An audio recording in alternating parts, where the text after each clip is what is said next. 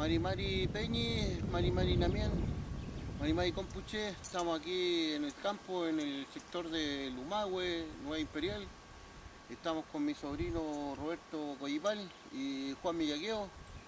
Estamos probando estos instrumentos, aprendiendo a tocar trutruca acá en el campo, así que mejor donde, aquí con todos los árboles nativos atrás de nosotros tenemos el copihue acá, miren, colgado, qué maravilla, toda la naturaleza, así que les vamos a hacer un poco de sonido, estamos aprendiendo, espero mejorar, aprender bien, así que con todo el nehuén que necesito para poder tocar este hermoso instrumento.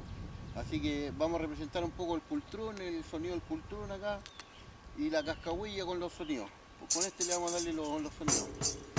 Así que vamos a demostrarle un poquito lo que hemos aprendido y practicado acá con mi sobrino para que espero que les guste. Así que aquí vamos. Vámonos.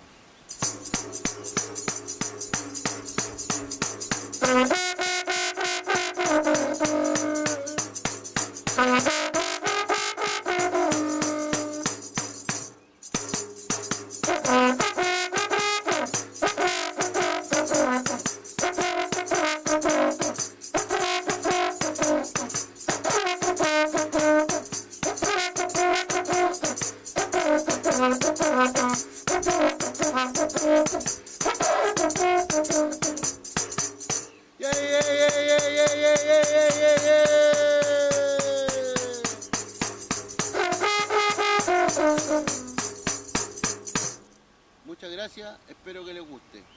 Peucayal.